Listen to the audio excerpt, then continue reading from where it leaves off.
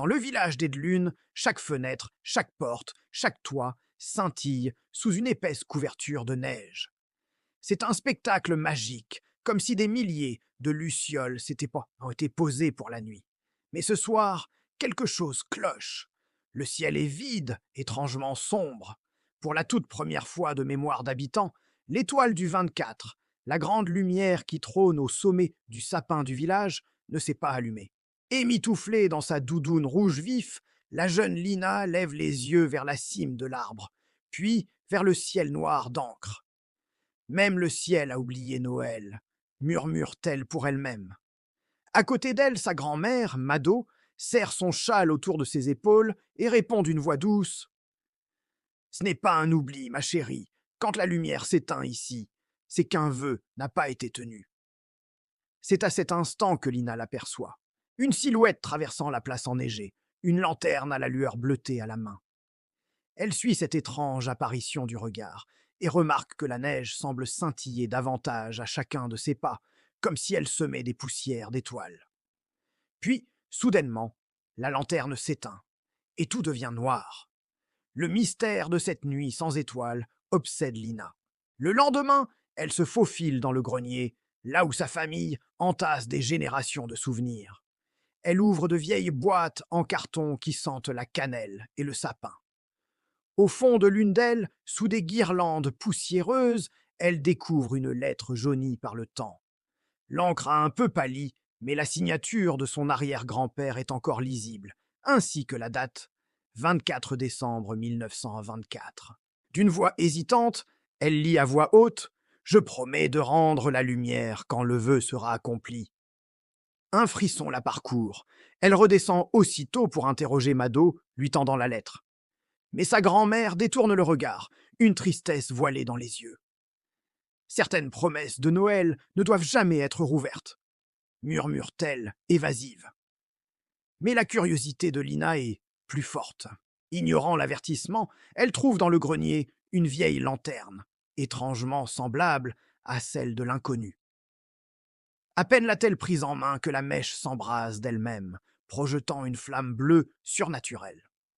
Un souffle glacial parcourt la pièce, et un murmure semble glisser le long des murs, chuchotant son nom. Lina rend la lumière. Le jour suivant, quelque chose d'encore plus étrange se produit. Le temps semble se figer. Dehors, les flocons de neige qui tombaient doucement sont suspendus en plein vol, immobiles, comme des milliers de diamants flottant dans les airs. Les habitants sortent de chez eux, d'abord émerveillés par ce spectacle irréel, puis rapidement gagnés par une inquiétude grandissante. C'est alors que Lina revoit l'homme à la lanterne, au bout de la rue, qui l'observe. Elle prend son courage à deux mains et crie « Qui êtes-vous ? Qu'êtes-vous » L'homme s'approche lentement. Sa voix est calme mais grave.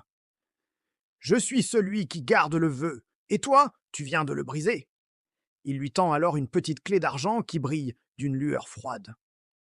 La lumière se trouve là où la promesse a été faite. Mais fais attention. À la veille du 24, tout s'échange, même les âmes. Le cœur de Lina bat à tout rompre.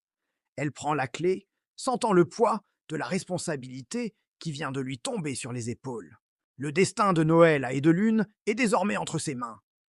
Clé en main, Lina remonte au grenier familial, convaincue que la réponse s'y trouve. Elle inspecte chaque recoin, chaque planche du sol, jusqu'à sentir un léger courant d'air. Elle découvre alors une trappe qu'elle n'avait jamais remarquée. À l'intérieur, c'est une véritable capsule temporelle. Des décorations de Noël d'un autre âge, des boîtes à musique silencieuses et, au centre, une photo jaunie du grand sapin du village, tel qu'il était il y a un siècle. Mais ce qui attire son regard, c'est un miroir fêlé, posé contre un mur. Intriguée, elle approche la clé d'argent de sa surface. Aussitôt, le miroir s'illumine, non pas de son reflet, mais d'une image. Elle reconnaît Edelune, mais le village est terne, sans couleur, comme dans un vieux film. Et dans ce monde gris, elle voit une silhouette familière.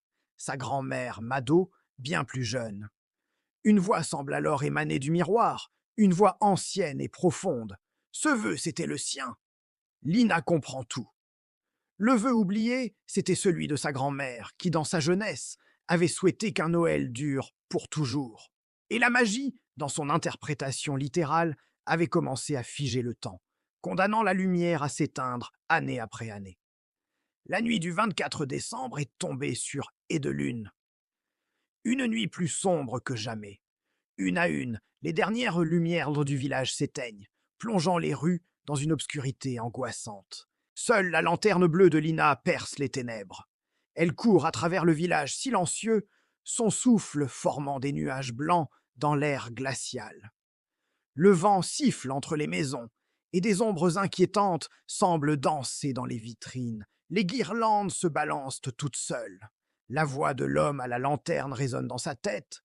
Si la promesse n'est pas tenue avant minuit, la lumière choisira un autre gardien. Lina arrive enfin devant le grand sapin. C'est alors qu'une ombre s'extrait du sol enneigé, grandissant jusqu'à prendre la forme de Mado jeune, ses yeux brillants d'une lueur possessive. « Laisse-moi revenir, Lina !» siffle l'ombre. « Un dernier Noël éternel !» Mais Lina, comprenant enfin le véritable esprit de Noël, lève sa lanterne. Noël, ce n'est pas ce qu'on garde, c'est ce qu'on partage. La lumière bleue jaillit, intense, aveuglante, engloutissant l'ombre. Puis, le noir complet. Le matin du 25 décembre se lève sur un village transformé. La neige est douce et fraîche, les flocons ne sont plus suspendus. Chaque guirlande, chaque lumière brille de mille feux, comme si elle célébrait une victoire. Et au sommet du sapin, l'étoile du 24 est revenue, plus éclatante et magnifique que jamais. Sur le pas de la porte, Mado sourit à Lina, un sourire empreint de gratitude et de libération. « Tu as tenu le vœu, dit-elle simplement. Lina regarde près de la cheminée. La lanterne bleue y est posée, sa flamme désormais éteinte. Son rôle est terminé. Certaines lumières ne s'éteignent jamais vraiment. Elles changent juste de main, passant de génération en génération pour veiller à ce que l'esprit de partage ne soit jamais oublié. Et tandis que les clochettes de l'église sonnent pour célébrer le matin de Noël, la lumière des deux lunes brille à nouveau pour tous. Merci de nous avoir suivis dans cette aventure magique. Si vous avez aimé, n'oubliez pas de liker et de vous abonner pour ne pas manquer nos prochaines histoires. Joyeux Noël à tous!